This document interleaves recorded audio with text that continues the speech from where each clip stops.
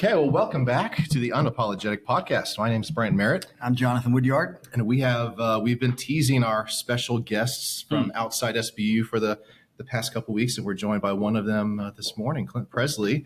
Welcome to the podcast. Thanks, sir. Glad to be here. Yeah, we're thrilled you're here, getting ready to speak in chapel Right. and share some wisdom with our students. We'll see. We'll see. Yeah, I think we feel pretty confident. Yeah. I'm pretty We'll feel pretty good about that. We feel pretty good. Well, we always like, before we get into your story and your work with the SBC and as a pastor, we like to toss out kind of a fun little icebreaker softball question. So This one is, and it may not be, kind of put you in a box. We're going to make you pick a location of your favorite SBC annual meeting spot. Now, you can take the political route and say something nice about all of them, or you can pick one. And say, No, they're this not is my all favorite. nice. I probably would go with Indianapolis. I don't know why I liked it. It's just everything's there together, easy to get to. Sure. They got a cool Civil War monument. Yeah, I liked it. I like Indy. My brother pastors a church in Anderson, Indiana, just outside of Indianapolis. Well, last time we were there, we went to listen because a friend of ours, Tony Merritt, preached at my brother's church. My brother and Tony were roommates back in college. They played baseball together. Really? That's before I knew Jesus, and they used to pray for me on a regular basis. So Tony's become our tradition, because we went to see Tony preach in Dallas. Yeah, so we were in Dallas this year, and I texted Tony, and he was preaching at Afshin Ziafat's church. So so we went out there and listened Which is to Tony. the Dude Perfect Church, by the way. This is where the Dude Perfect guys go to church. Oh, really? How about that? Yeah, so it was pretty That's cool. So I'm texting we're in Dallas, we're at the church there, and I'm texting my boys, and I get a picture with the guy. And I'm like, you mean the preacher? And they're like, no. The Dude Perfect guy. Dude Perfect guy. I'm like, I'm not walking up to the middle of church to this guy saying, can I get a selfie for my kids? But I do like Indy, though. I get to see my brother. My sister lives just south of Indianapolis, so they're all there. But then the downtown's nice. Some places you go to, nothing negative about the city of New Orleans. But when it's there, it's brutally hot. You got to walk outside to find something to eat. I didn't like that one, but Indy just felt different. So Indy's a nice place. I was impressed with New Orleans. Impressed with Indianapolis, not so much with New Orleans. But I'm looking forward to. I'm originally from Florida. Oh yeah. So I'm looking forward to Orlando. Orlando, first time I ever spoke at a microphone at a convention. Well, actually, the only time. You going up to the microphone at the convention? Yeah. I thought that about you. One time. You fit that mold, bro. That's fair. One time, it was when we were voting to become the Great Commission Baptist something. Remember that name? I can't remember. So I went to the microphone to talk about it, and that's my only memory of Orlando. Mm-hmm. But I'm looking forward to going back so I can take my family and stay for vacation. There you go. Yeah. My family lives about an hour in Lakeland from Orlando, so that'll be good. That'll be good to be close to home. Yeah. Well, fun. Well, good. Yeah. Thanks for being bold and picking a spot. We like that. Yes, sir. There you go. Right? Yeah, and the reason that's important, we didn't say at the beginning. I mean, because Clint, you are the president of the current president of the Southern Baptist Convention for a few more months. For a few more months, and then you get to hand the baton to somebody else. Right so on. that kind of sets the stage for why that's an important conversation. Yeah, it does. And now you just offended every other city. So you'll get the emails. But a few more months, you won't have to worry about it. That's right. There you go. Right. So we'd love to start there a little bit of how the journey to SBC president evolved, and that starts at the local church is really kind of your story. So we were talking before, which was really interesting. You said right before we started, it's your home church where you're actually pastoring in North Carolina. Yeah, that's where I became a Baptist. Yeah. We were PCUSA Presbyterian, so liberal side Presbyterians. Mm-hmm. And I had a friend in Virginia. My family went to see. I was dating this little girl, and we went up there. And their family were the kind of Baptists that if you're in town on the weekend, you're going to church with them. Yep.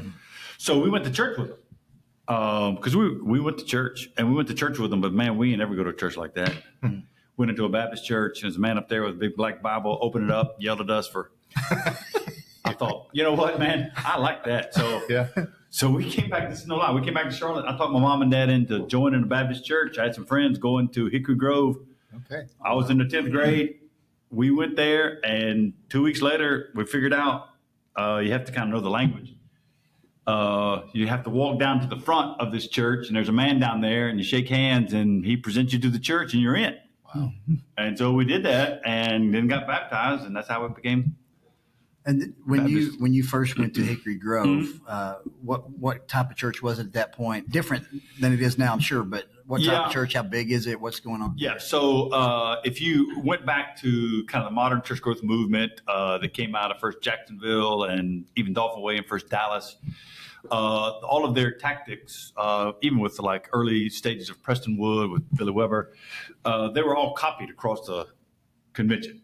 And Hickory Grove was one of those churches that copied some of that attractional idea of putting lots of hooks in the water. So do all kinds of things to get people on the property, in the building, and the church will grow. And the problem with pragmatism is that it works. And so the church did grow, starting in the mid '80s, and grew exponentially. As did a lot of churches during that time. Built the worship center in '88, and that was about the time we joined in '86. Okay. So it was already one of those really large churches, churning out a bunch of stuff. Student ministry, you had karate ministry, motorcycle ministry, aerobic. I mean, you just take a topic and put the word ministry on it. Bam, that's what you're doing, yeah. So that's kind of what the church was like. I was already a believer. I already wanted to be in the ministry. I just didn't know what kind. I wanted to be a preacher. Sure. But when I heard a Baptist preacher and realized you could talk like that in church, I was like, yeah, that's what I want to do. So I didn't know what they believed. We joined the Baptist church not having really any clue what the distinction was. And a church like that at the time is going to be not big on distinctions. It's going to be just evangelical, really. And you don't really learn them till you get further in. It wasn't until I was in seminary and pastoring a church myself that I actually learned what it means to be a Southern Baptist. I didn't grow up understanding it. Yeah. Where'd you go to seminary? So when I came out, it was before the resurgence had sort of taken root in the seminaries. And so my pastor said the only one that is conservative enough right now is Southwestern. Yep. So, Fort Worth. Yep. So I went to Fort Worth. That's where I met my wife. She graduated. She was ahead of me a couple of years, and she graduated from Southwestern. And I wanted to preach. I was 23, been married 6 weeks, tired of school, hated seminary. I was working a lot. And so her folks live in Mississippi, and there are a bunch of churches there without pastors. Yeah. Like and today. so her mom told one pulpit committee, hey, why don't you call my son-in-law, my new son-in-law? So, man, they called me. And the church in Lincoln County, they were completely desperate. Wow. I mean, that's the only reason they would hire me. They were completely desperate. And I was 23, married 6 weeks, moved there, into that house. They paid me $150 a month. If I could find work otherwise, go ahead and do something else. So I drove a dump truck, coached football, taught school, and found out I don't have a clue what to do with the Bible. I don't know I love Jesus, I love the Bible, I love people. I don't know how to get them all together in a sermon. So New Orleans Seminary was 140 miles south of where I lived. And I enrolled. There's no internet. Got Mondays off, drive down. I would go down every morning, drive back every afternoon. Wow. 140 miles one way. But, you didn't have children. Sure. My wife was working, and I did that for 3 years. Served another church in Mississippi, finished my degree in 97. And 99, because of my association. Am I going too far ahead? No, this is fantastic. So in 99, because of my association with Hickory Grove. Remember, I joined in 86. Right. I wanted to be in the ministry. I was served as an intern during college. And then in 99, they had a staff position open up. And called and asked if I would be interested. Well, the day I got a phone call was the day I turned 30, was the day I met my two sons. We couldn't have children, so we adopted these two little boys. Wow. And so it all happened in one day. Day. Yes, a day, Jack. And so I thought they were calling me because I was somebody's reference on a resume. I said, who are you talking to with the position? He said, well, we want to talk to you. I was like, you people are crazy. Because it was a singles position, singles ministry. Back then, everything was so siloed off. I said, man, I don't know anything about doing singles ministry. I'm a pastor, They said, well, come on and, we'll work it out. So me and Connie and the boys, we just got them, moved to Charlotte. And I spent 5 years on staff there at Hickory Grove. As ended up being the senior associate pastor. I was terrible at singles ministry, so they let me preach. On Sunday night, preacher didn't want to preach Sunday nights. No preacher does. Sunday nights, started an 8 o'clock service Sunday morning, and I preached all the Wednesday nights. So did that for several years. Then Dolphin Way, which opens up another piece of history. So Dolphin Way, where Stephen Lawson had been. And that's in Mobile, Alabama. So Dolphin Way, Stephen Lawson had been there, had been under about a 7-year sort of decline. A lot of it blamed on his theological persuasion, which I don't think that was the problem, but that's where it was put. And the church almost collapsed. He had left with about 500, and it seemed like the church had to be desperate to call me. So they called, and after denying it for a while, we ended up going there. 6 years, we had the very best time, and thought I would retire there. We loved Mobile. Our kids were flourishing. Connie loved it. We're on the coast, and just a fun city. Sure. And a fun church. It suited me. I like to dress up, and they like that. So anyway, so 2010, my home church, Hickory Grove, the pastor wanted to retire, wanted to do a succession, asked would I come back. So we came back, and I've been there ever since. 2000, been working on 16 years. Wow, it's amazing. Yeah, it's been a lot of fun. Yeah.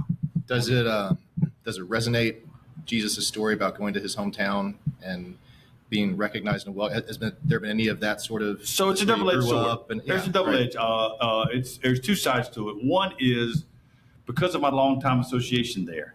So 85 is when we joined, 11th, 12th grade, all through college, came back on staff. There is some credibility you have instantly that you can't get without being there for a long time. So that's one thing. Yep. The other thing is what you brought up. Is everybody thinks they were your second grade. They know you from when you were. were. You were just a kid. Yeah. So you do have to deal with some of that. Yeah. Which is probably good for you in a way. You need to be humbled in some way. Yeah, that's true. Yeah, that's true. Well, that's a cool story. Yeah, that's a fun. It's a fun. I appreciate path. that. Yeah. So then your involvement with the SBC from maybe a corporate level is the way to say it. You've had leadership positions that have now culminated the last couple of years of being president of the SBC. How did that interest develop, and what were sort of the things that got you to this position the last 2 years? So I had to learn SBC from from the church and associational level. So at the association, I was in Lincoln County. There was a director of missions who was really good.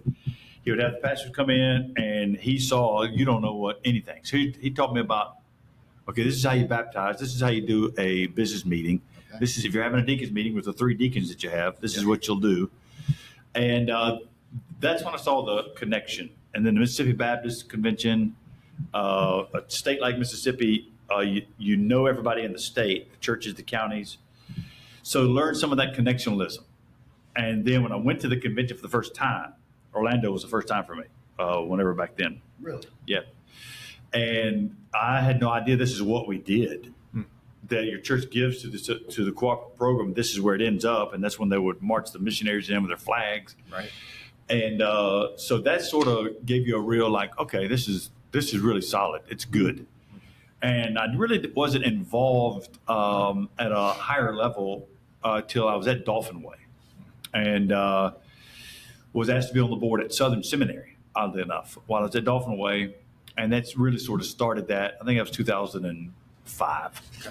Yeah. And that's where you got to know people. And if you go consistently to the convention over the course of 30 years, you just see the same people. You get to know a lot of folks. You see kind of heroes rise up and fall, have a real shared experience as a Southern Baptist.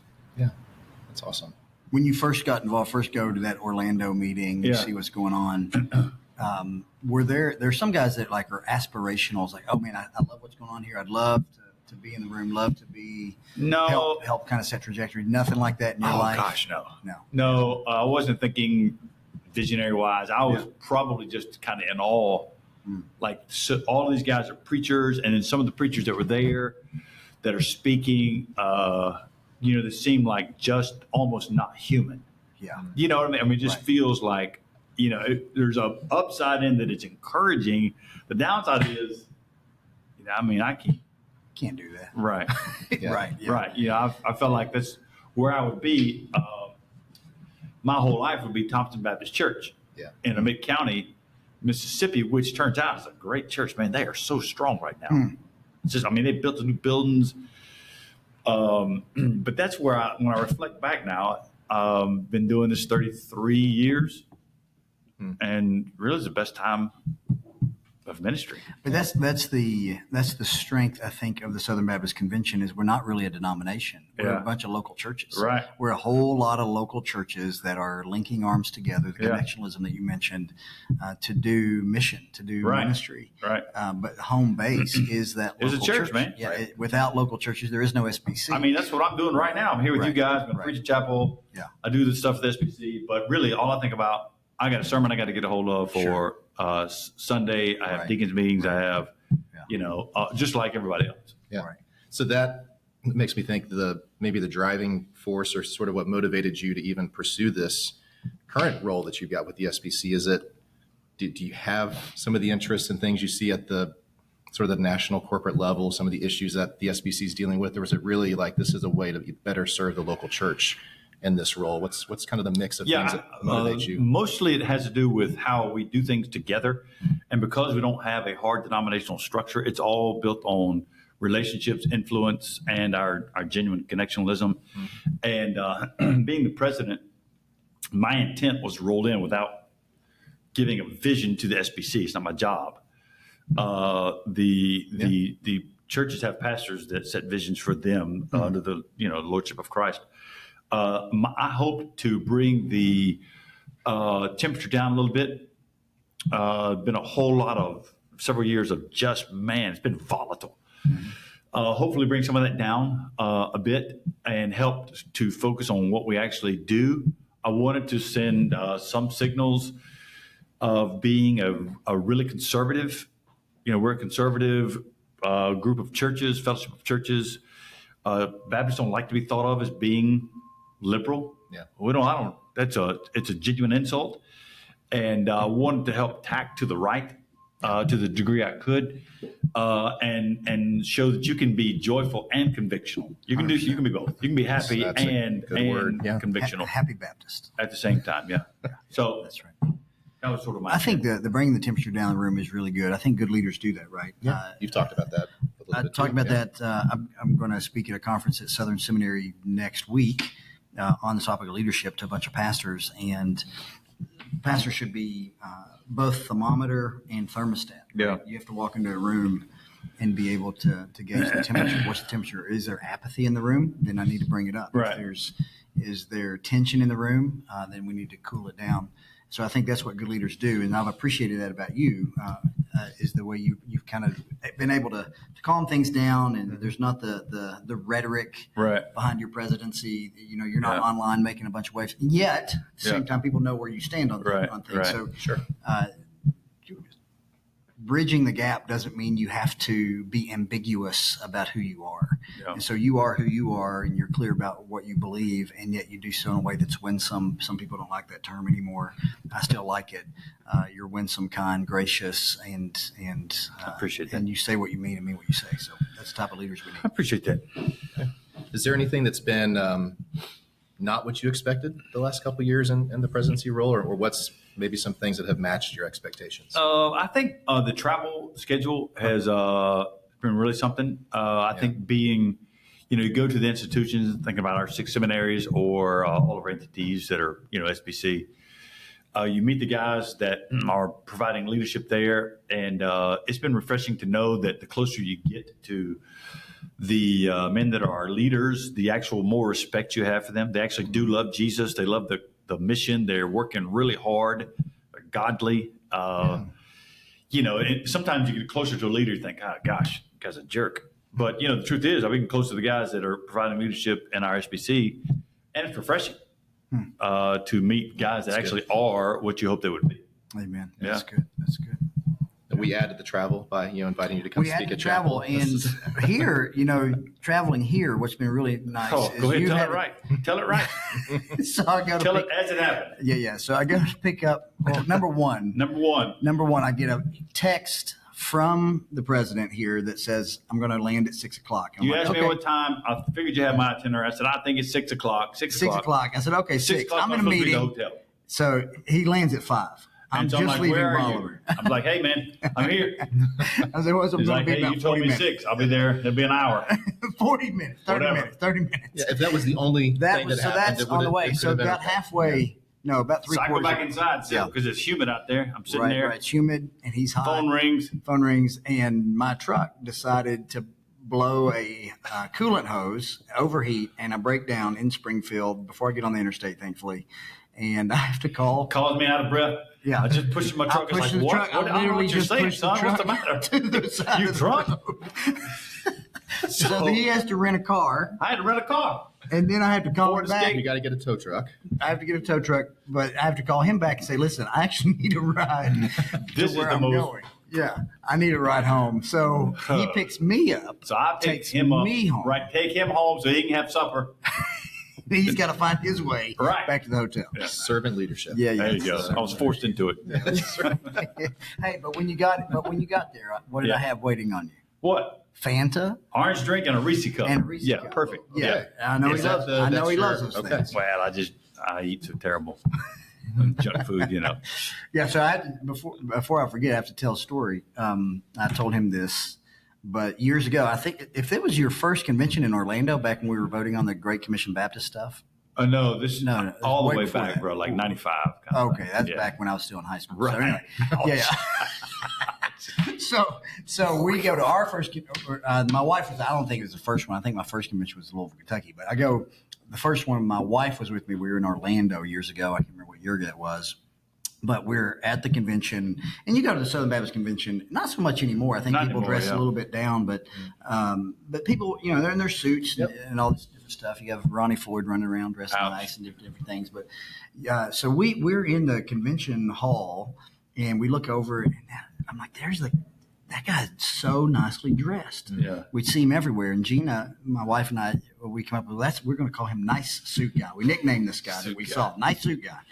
And so we saw him at a few different conventions. And then Gina hasn't been with me for years, but for years I'd text her, "Hey, I saw a Nice Suit Guy today. He's still dressed up." So it became a text thing. And so then I met you several years ago, and we had texted about some stuff. And so just kind of acquaintance over the years. But I tell Gina, I was like, "Hey, the president, Clint Pressley, the president of SBC, is preaching in chapel this week." And she's like, "Oh, that's great. Who's that?" Who's that? Because she doesn't go to this stuff anymore, and she doesn't. She's not on social. She doesn't care. Yeah, right. She cares, but she's not involved in the stuff. And I said, "Nice suit guy." She's like, "Oh, I want to meet him." So let me tell you why I'm wearing. I mean, Go ahead. At 23, you think about how dumb you. I mean, so I'm 23 years old. I've been playing football at Wofford College. My whole identity, besides being a Christian, was wrapped up in being a football player, flat top, and all the lift weights and stuff. So you come off like a meathead. And I'm going to this church, and everybody in the church is older than me. So I'm trying to. How do I garner some sort of respect? So Right. I get this, cheap suit that I bought somewhere and started trying to dress up. Yeah. I think because I was trying to shake some of the meathead stuff. Anyway, I think that's how Well, you do started. it well, I appreciate and it. I like it. And And be it's easy. who you are. Bro, it's so easy. I got a white shirt and a blue shirt, suit, and put your tie. Bam, you're done. There you go. There's no It's thought. the wardrobe. Yeah, Right. makes it easy. Yeah. Yeah. Well, you mentioned Wofford as your undergraduate. Yeah. We were talking a little bit beforehand. The SBC is unique and blessed in a lot of ways with not just the seminary network, but a number of local 4-year colleges across the country. Missouri has 3, including us, but there's others across the country. Yeah. So as you have been in your role now, but even just working through the SBC and having been to seminary, how does higher education, schools like SBU, fit within the ecosystem of the SBC, and what's, and from your view, kind of the role that we play and how important? Yeah, so you don't think about undergraduate schools as much when you think of the SBC. You think of the 2 mission boards and the 6 seminaries. Yeah. And you don't think another step into an undergraduate school. But, that's something I actually have. That's a good point to bring up that I've experienced is that, so this is where like a whole lot of the attention should be. In the formative years of 18 to 22 and 3, the times that I've been, now granted, I'm seeing, college students that are at chapel, but I mean, there's some level of encouragement and thankfulness you have for the institutions that are not only teaching, kids getting a good education, but it is overwrought with a Christian worldview. I take this school, for instance, everybody subscribes to the BF&M. Right. So now you got faithful men and women in the classroom exerting influence over students. I think about who is most influential in my life. It's going to be coaches and teachers and professors. And so there's a I think should be a growing spotlight put on what we're doing so well as Southern Baptists in the world of a higher education. And we're doing it in a lot of different places that people wouldn't realize. I mean, you talked about the 3 schools here. I just last week had a chance to visit Carson Newman down in Tennessee and see John Aiken there. John Aiken's there. They're doing a lot of great things, just moving around. And there's this growing sort of theological underpinning. There's just growing desire in those schools. Yeah, there are. Yeah. Oh, absolutely. And one of the things we love about Dr. Melson's leadership, one of the things that brought us here is when he came here, the school had been through some controversy. He'd been on probation. There had been some questionable things in the background, not so much an emphasis on our confessionalism. And so Dr. Melson comes in, he reasserts that we are a convictional, confessional place. The BF&M is our statement of faith. We're going to emphasize that. We're going to lift that kind of up. what you talked about with your SBC. One of the things you're trying to embody is just make it clear where we who we are. That's right. So we're unapologetically a Christ-centered institution. Even when I interview safety and security officers, on the top of the job description, do you joyfully affirm the Baptist faith message? So we'll have that discussion all the way down from professor to staff member. So trying to put that forward. That's who we are. We're not going to apologize. We're going to be seriously Christian, seriously academic, all that stuff rolled into one. That's happening in a lot of different places. And for people to know, these are tied to the state. They're not tied to the national convention. Right.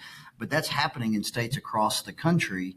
And historically, one of the things that happened during the conservative resurgence, particularly as our seminaries and those schools move in a conservative direction, those that were maybe on the fringes or maybe to the left, your CBF top folks, they leave and they end up, a lot of them would end up in our undergraduate institutions as a kind of place to land. And so you can see, if you go to Kentucky, for instance, and look at where some of those schools are today, it's not a healthy place. The same as so North Carolina. So we want to see even our universities, our undergraduate institutions that are part of the Southern Baptist Convention remain faithful, remain healthy, and not merely grant degrees. We talk about this all the time. We're not merely trying to grant degrees and prepare people for vocation, although that's important. We obviously want people to graduate, but we're trying to shape men and women who know Jesus, love Jesus, and want to make a Christ-exalting impact in the world.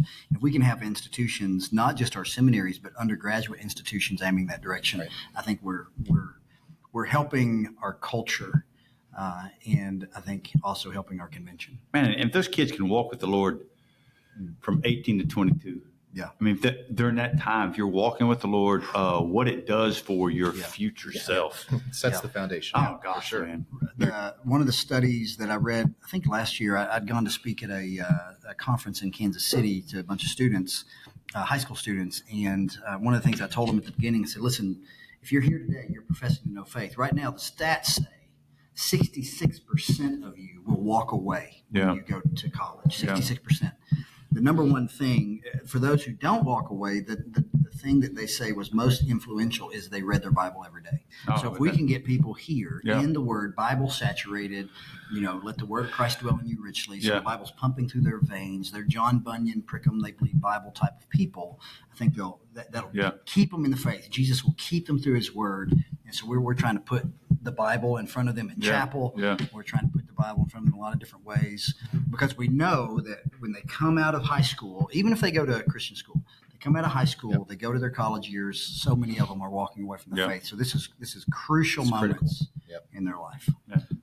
I guess the last thing we were going to touch on, we talked a little bit about it before, was kind of a succession planning type of topic. You were mentioning that That's Yeah, just a not lot something that organizations do necessarily Right. well. It's something you've thought about in, Yes, in your it's, ministry. It's something that I've seen a number of people talk about, not just in pastoral ministry, but in institutional ministry, looking at institutions. People hang around too long, or they don't think about who's next. Right. There's some type of, I want to hold on to what I've built. And I get that. That's not easy to do, right? You built something, you've labored, you've toiled, and so you don't necessarily want to think about leaving. But I think good leaders also know, hey, my time is coming. Yeah, sure. And I care more about the future of this church or future of this institution than I do my own ministry necessarily, or however, that's maybe not the best way to put it. But I want to think about the future of them. Kind of as Philippians 2, consider others. And so we need to plan for the future. And I don't think institutions do that well, although there's more conversation around this today. I'm not sure churches have done it well in the past, but you've thought a little bit about it. Yeah, churches have not done it well in the past. There's just a very few that you find that, I mean, just a handful. I can think of one or two right now. I can think of a whole lot that have wrecked it. I think it's wise for guys my age, before you get to that point, to be thinking, how do you make sure the church maintains health and strength over the course of time, especially when you're gone. And to my biggest fear, I think, when it comes to pastoring a church at Hickory Grove, is to overstay. You know, I love that church. I've been there 15 years. So much of my life's wrapped up in Hickory Grove, and I have a real sense of indebtedness to this congregation, and love to lead it. And they have returned that affection. The last thing I want to do is get to a point where they are keeping me on because they do. You know, it's like having your granddad. You can't kick him out. Right, yeah. You know, we love him even though he's sort of losing his mind, but just put him over there and let him talk. I don't want to cost the church. Right. You know, I don't want to be ineffective. So trying to figure out when that time is, that's one thing. The other is making sure that the church is ready for transition. Because you know, I can't appoint who that's going to be. I can make sure the church is ready for a transition and another pastor. Yeah. So those things are on my mind quite a bit. It can go well. It can go poorly. Oh, man. We trust the Lord, right? Well, the incumbent holds the cards. Mm-hmm. So the guy that is the pastor holds the cards on whether or not it goes well. Yeah. Yeah. Now, what the new guy does 5 years from then, that's not up to him, but how it transitioned. Yeah. If the guy in that seat, he holds the cards.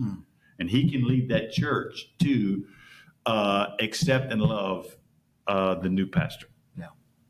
Or he can, you know, be passive aggressive or just aggressive and mess it all up. Yeah.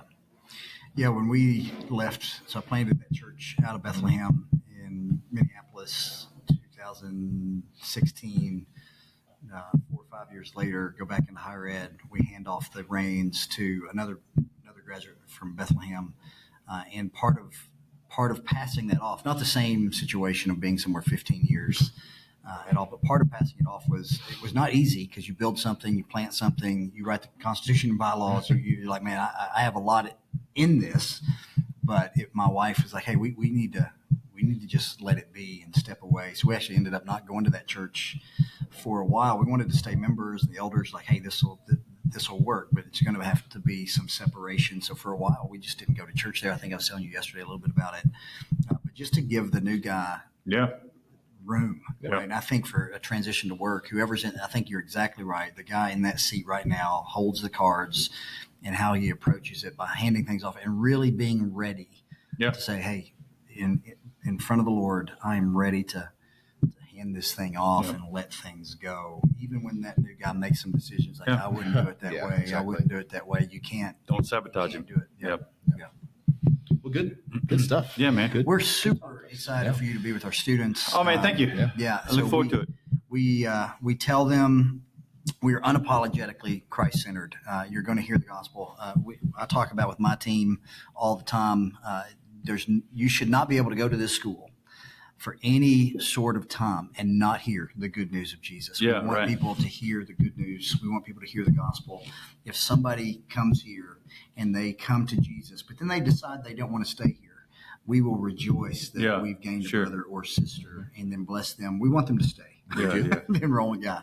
But if we see lives change, we have every Thursday night, student-led staff doesn't lead it. Out here, it's outside right in front of our little chapel area over there on the concrete steps. About 250 kids get together every Thursday night at 10 p.m. and sing worship songs, and they hear a testimony. Student-led. We've had 3 to 4 Oh, people wow. come to faith this semester. That's amazing. Over there already. And so there are some really good things going on Yeah. here. And then we have a lot of kids here that don't come from Christian homes. Sure. They don't know Jesus. And so we're thankful that you're here. And man. we're excited for you to put Christ up in front of them and see what God does Amen. today. Amen. If you're watching this and haven't yet or aren't aware that we have chapel services on YouTube, you can go to YouTube and check out Clint's message, which will be happening in about an hour About from an hour. now. All right, good. So, thankful you're here. Thankful for your leadership, and we'll continue to Thanks, pray brother. for you and the SBC as we go forward. And thank you all, as always, for watching and listening. Thank you.